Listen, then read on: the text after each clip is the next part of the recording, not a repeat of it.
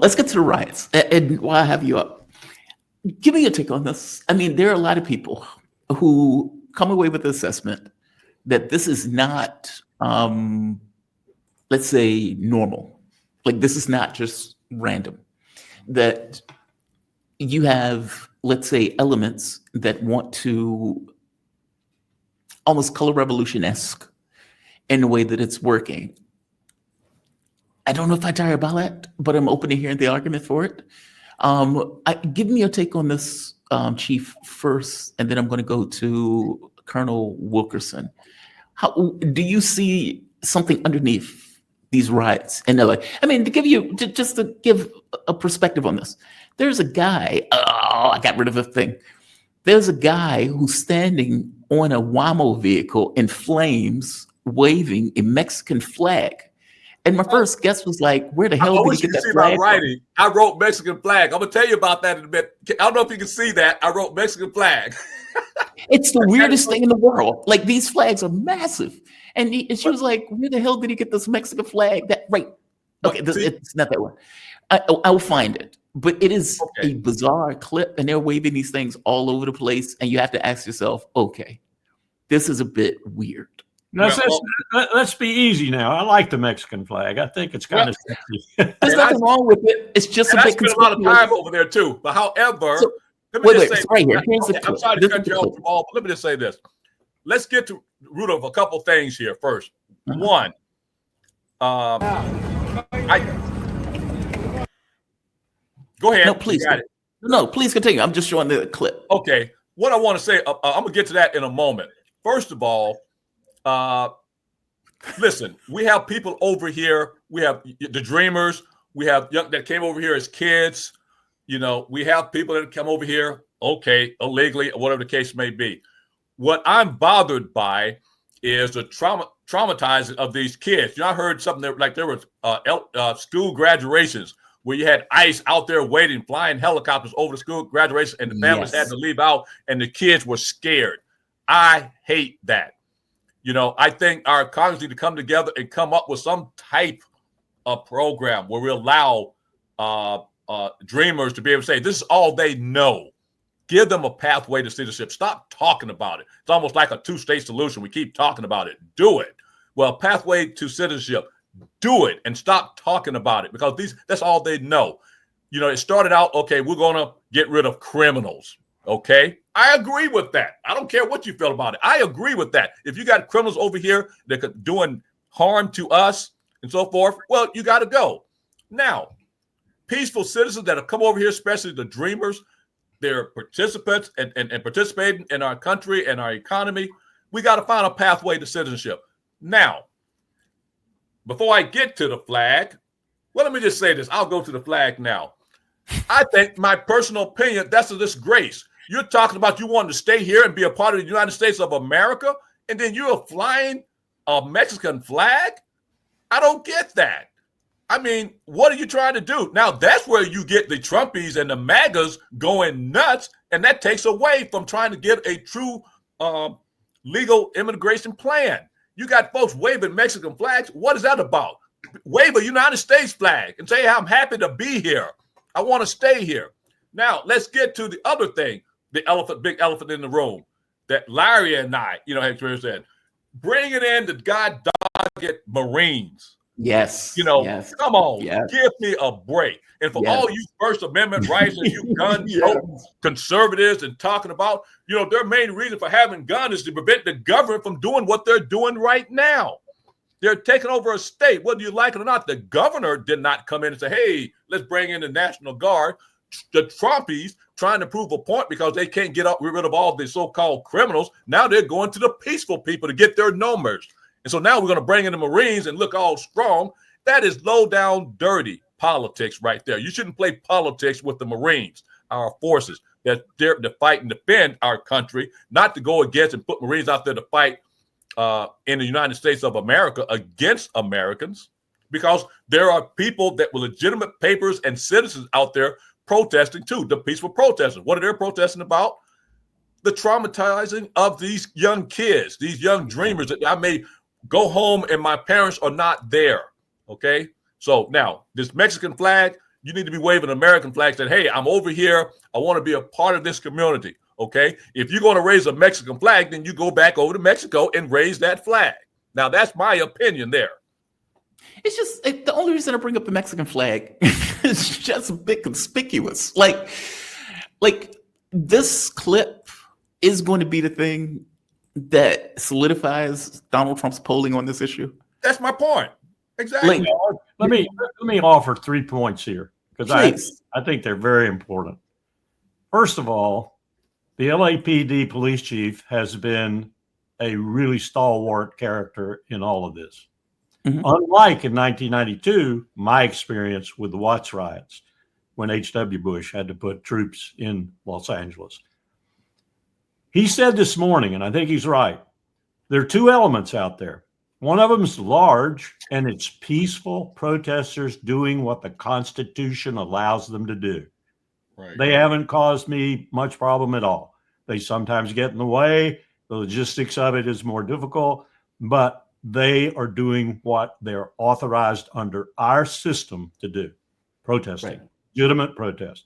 Then there's an element underneath them, and they usually come out at night. They burn cars, they paint vehicles, they throw smoke bombs, they burn buildings. This is a very different group. And you could say this is the group Trump is after, but he's doing a very imperfect job of isolating them and getting them. And the police would probably do a better job than either the National Guard or the Marines.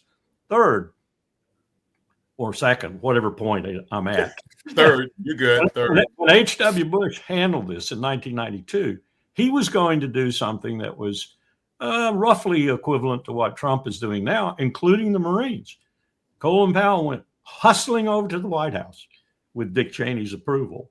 And because Dick Cheney knew Colin Powell knew more about Black Americans than he did.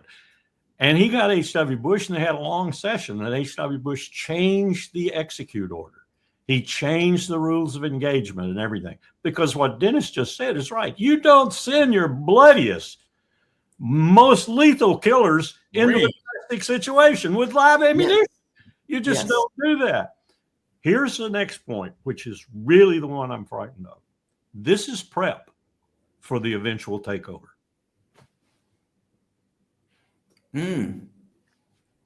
Expand upon that, please. I don't think I need to. I think Donald Trump is not going to leave office. And I think those people Dennis and I have been talking about who are around him in vast numbers and influence are not going to want to leave office either. And so we're looking at a situation that is unknown to us. We're looking at a president who is not going to leave. Hey, Jamal, all you have to do, I always tell folks to do critical thinking. Look at the FBI. You look at the Justice Department. You look at Homeland Security. You look at those three law enforcement agents, and they are loyalists, not to the country, but to Donald Trump. The FBI, the Justice Department, Homeland Security, all loyalists to Donald Trump. As Larry has said before, in previous administrations, you had people to hold a president back or whatever, to give true guidance, true counseling. These are true loyalists to Donald Trump, who wants to be a king. Critical thinking on your part. Yeah, Supreme Court has allowed him to be a king also, haven't they?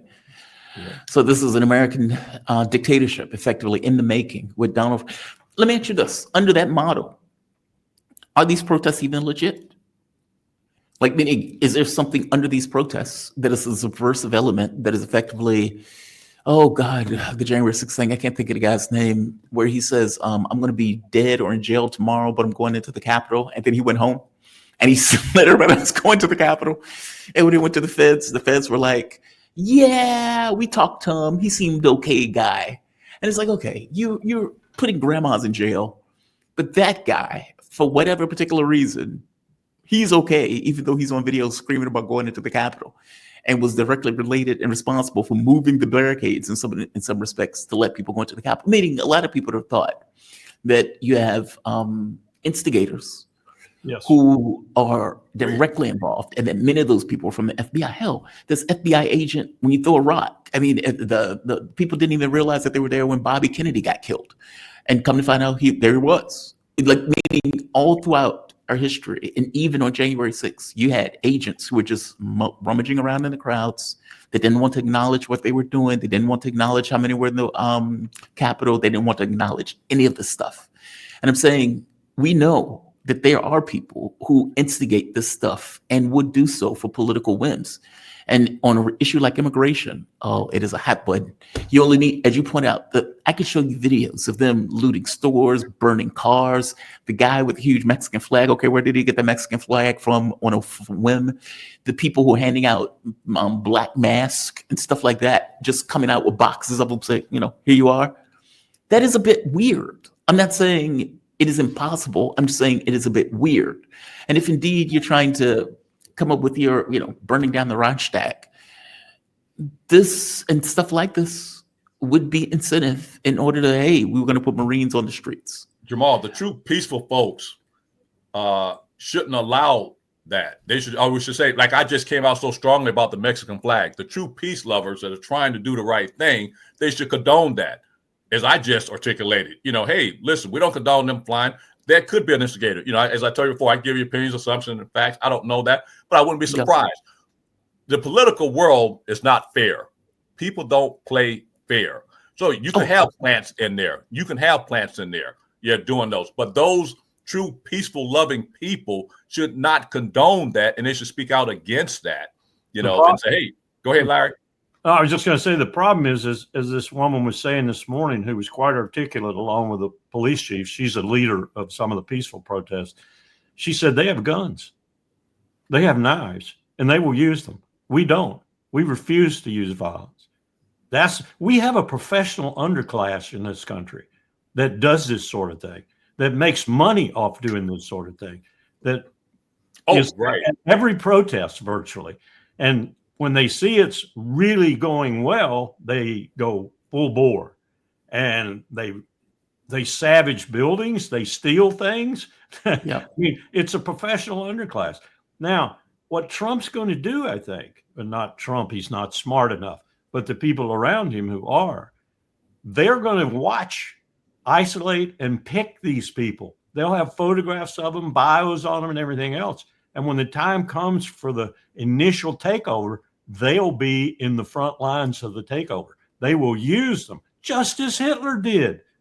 Hitler used some of the trash of Germany as the cutting edge of Kristallnacht, for example, trashing the Jewish synagogues and so forth. Then he got rid of them. Some of them he just killed. Many of them he just killed. Yeah, that's what they're going to do. I think this is not your January 6th group. That didn't fail because the system held. That failed because they were incompetent. They will not be incompetent this time around.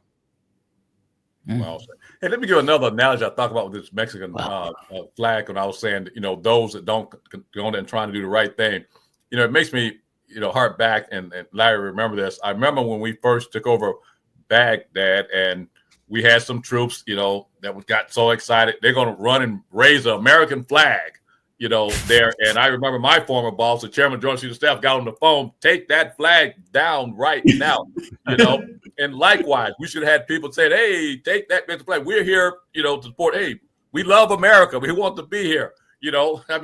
So I just wanted to give that analogy. Sometimes you get folks excited. We had troops that wanted to raise the American flag as though, hey, we done took over this country. No, we so-called came to liberate it, but yet we're going to put an American flag on there. So we took that flag down immediately.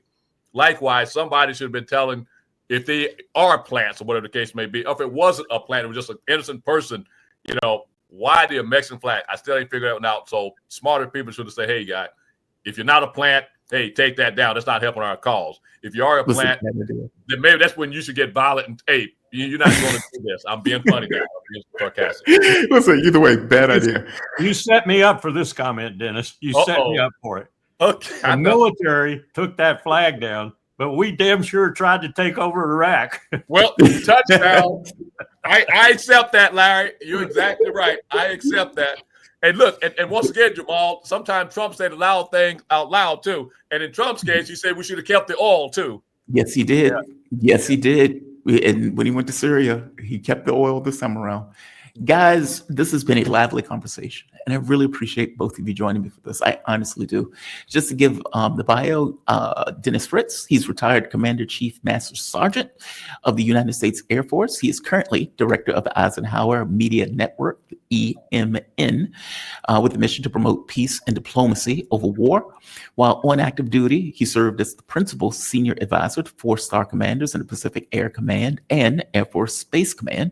He also held the additional duty of the senior enlisted advisor to the commander of North America Aerospace Defense Command, NORAD, and author of the book Deadly Betrayal, The Truth About Why the United States Invaded Iraq.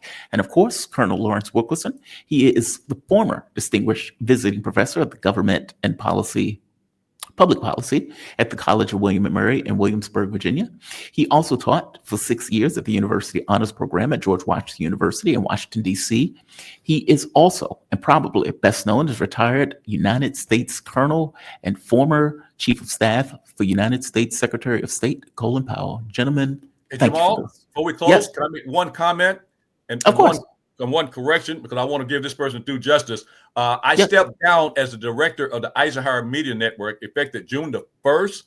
However, I'm still a main senior fellow there, and a Major General Dennis Leitch has taken over effective June the 1st.